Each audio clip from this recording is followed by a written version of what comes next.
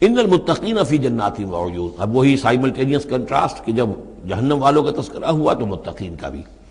اور جو اہل تقوی ہوں گے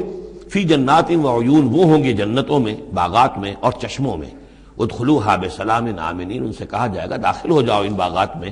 پورے امن کے ساتھ، کوئی خوف نہیں، کوئی اندیشہ نہیں۔ وَنَزَعْنَا مَا فِي صُدُورِهِم مِّن غِلٍّ، یہ مضمون پہلے بھی آ چکا ہے، اور ہم نکال دیں گے ان کے دلوں میں سے جو کچھ قدورت ہوگی، اہل ایمان کی آپس میں کوئی شکوہ، کوئی شکایت، کسی سے کوئی تکدر ہو، کوئی غل ہو، وہ ہم نکال دیں گے۔ عَلَىٰ سُرُرٍ مُتَقَابِلِينَ، وہ بیٹھے ہوئے ہوں گے تختوں کے اوپر ایک دوسرے کے آمنے سامنے۔ جب کسی سے ناراضگی ہو تو آدمی آنکھیں چار نہیں کرتا بلکہ نظر چڑا جاتا ہے، لیکن جب کوئی ایسی بات نہیں، دل صاف ہے، تو آمنے سامنے بیٹھ کے باتیں کریں گے، سینگ آئی ٹو آئی۔ متقابلین لا یمسہم فیہا نصب، انہیں نہیں پہنچے گی اس میں نہ تو کوئی تکان، وما ہم منہا بمخرجین، نہ پھر وہ اب اس سے نکالے جائیں گے۔ جب اہل جنت میں داخل ہونے کے بعد کسی کا وہاں سے نکلنے کا امکان نہیں۔ نبئ عبادی، اے نبی میرے بندوں کو بتا دیجئے، انی انا الغفور الرحیم، کہ میں یقیناً غفور ہوں، رحیم ہوں۔ میری اصل شان تو یہ ہے، لیکن وان عذابی هو العذاب العلیم، میری ایک دوسری شان بھی ہے، اور وہ یہ ہے کہ میرا عذاب تو وہ بھی بہت دردناک عذاب ہے۔ لہذا کوئی آدمی جو ہے وہ نڈر نہ ہو جائے، نچنت نہ ہو جائے، وہ میری مغفرت کی امید بھی رکھے، میری رحمت سے آس بھی لگائے رکھے، لیکن یہ کہ میرے عذاب سے ڈرتا بھی رہے۔ بین الخوف والرجاء، یہ کیفیت رہنی چاہیے۔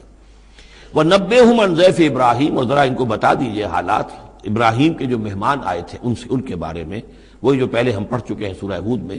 اِذْ دَخَلُوا عَلَيْهِ فَقَالُوا سَلَامًا، جب وہ داخل ہوئے حضرت ابراہیم کے ہاں مکان پہ آئے، انہوں نے کہا سلام۔ قَالَ إِنَّا مِنْكُمْ وَجِلُونَ، تو حضرت ابراہیم نے کہا کہ ہمیں تو تم سے کچھ خوف آ رہا ہے، آپ لوگ کون ہیں، ذرا اپنی آئیڈینٹی بتائیے۔ قَالُوا لَا تَوْجَلْ إِنَّا نُبَشِّرُكَ بِغُلَامٍ عَلِيمٍ، انہوں نے کہا کہ نہیں ڈریے نہیں، ہم تو آپ کو ایک بڑے صاحب علم بیٹے کی بشارت دینے آئے ہیں۔ قَالَ بَشَّرْتُمُونِي عَلَىٰ أَن مَّسَّنِيَ الْكِبَرُ فَبِمَ تُبَشِّرُونَ، تو حضرت ابراہیم نے فرمایا کہ یہ کیا بشارت آپ مجھے دے رہے ہیں، اس کے باوجود، علی یہاں علی الرغم کے معنی میں، اس کے باوجود کہ مجھ پر بڑھاپا طاری ہو چکا ہے، تو ذرا سوچ سمجھ کے بشارت دیجیے، کوئی غلطی تو نہیں لگی ہے آپ کو۔ قالوا بشرناک بالحق، ان کا نہیں، ہم نے بشارت آپ کو دی ہے حق کے ساتھ، قطعی اور حقیقی بات ہے، شدنی امر ہے، یہ ہو کر رہنے والا ہے۔ فلا تکن من القانتین، تو اے ابراہیم آپ تو پھر نا امید لوگوں میں سے تو نہ ہو جائیے، مایوس نہ ہو جائیے۔ قال ومن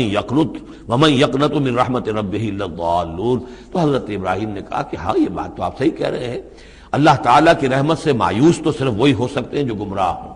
یہ اللہ کی قدرت، اللہ کی رحمت، عین بڑھاپے میں اللہ مجھے اولاد دے دے، 87 برس کی عمر میں بیٹا دے دے، جیسے اس نے حضرت یحییٰ کی والدہ کو، جو کہ بالکل بانجھ رہی ساری عمر، اور حضرت زکریا جو ہیں بہت بوڑھے ہو چکے تھے، اسی طریقے سے معاملہ یہاں بھی ہوا ہے۔ قال فما خطبکم ایھا المرسلون، اب انہوں نے پوچھا کہ اے فرشتادو،